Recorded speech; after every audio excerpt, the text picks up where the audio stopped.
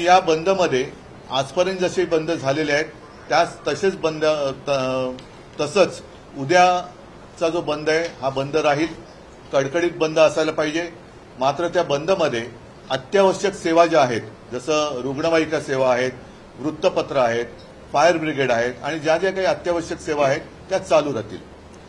एकूण जर का आपण पाहिलं तर सणासुदीचे दिवस आहेत, गणपती बाप्पा येत आहेत, दहीहंडीची प्रॅक्टिस सुरू आहे आणि हा सगळा विचार केल्यानंतर उद्याचा बंद हा दुपारी 2 वाजेपर्यंत सगळ्यांनी पाळावा अशी माझी विनंती आहे।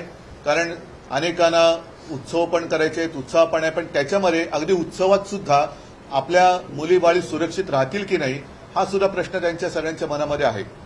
उद्याचा बंद याचं यश अपयश हे राजकारणामध्ये मोजायचं कारण नाहीये। उद्याचा बंद हा विकृती विरुद्ध संस्कृती असा आहे, त्याच्यामुळे बंदचं यश अपयश हे संस्कृतीचं आणि विकृतीचं राहणार आहे।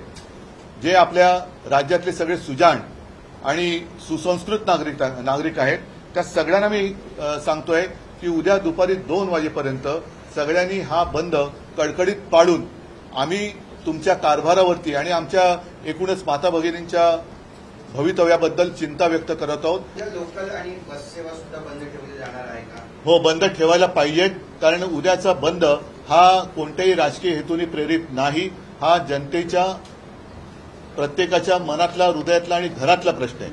म्हणून लोकल आणि बस मी सरकारला सुद्धा विनंतीच करतोय जरी मी संताप म्हणत असला तरी सरकार आणि सरकारी पक्षाला विनंती करतोय की आपल्याला सुद्धा मुलीबाळी आहेत, कुटुंब आहेत, त्यांच्या रक्षणासाठी तुम्ही अकार्यक्षम असलात तरी जनता सक्षम आहे।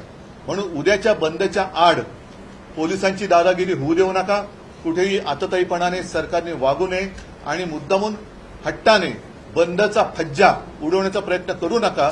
कारण उद्याचा प्रयत्न तुम्ही जर का केलात तर 2-3 महिन्यानंतर जनता तुमचा फज्जा उडवल्याशिवाय राहणार नाही। म्हणून उद्या मी तमाम नागरिकांना परत विनंती करतोय की आपण कोणत्याही जातीपाती धर्माचे असाल, आपली भाषा कोणतीही असेल, कोणत्याही राजकीय पक्षाचे असाल, अगदी भारतीय जनता पक्षाचे जरी असाल तरी हा बंद हा उद्या तुमच्या कुटुंबियांसाठी सुद्धा आहे।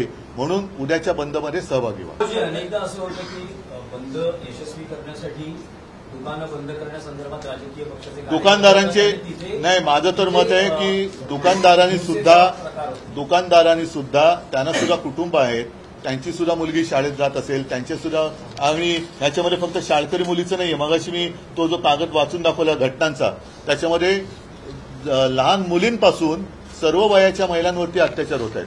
त्याच्यामुळे दुकानदारांनी सुद्धा दुकान बंद ठेवायला काय हरकत आहे? दुपारी 2 वाजेपर्यंतच ठेवायचे।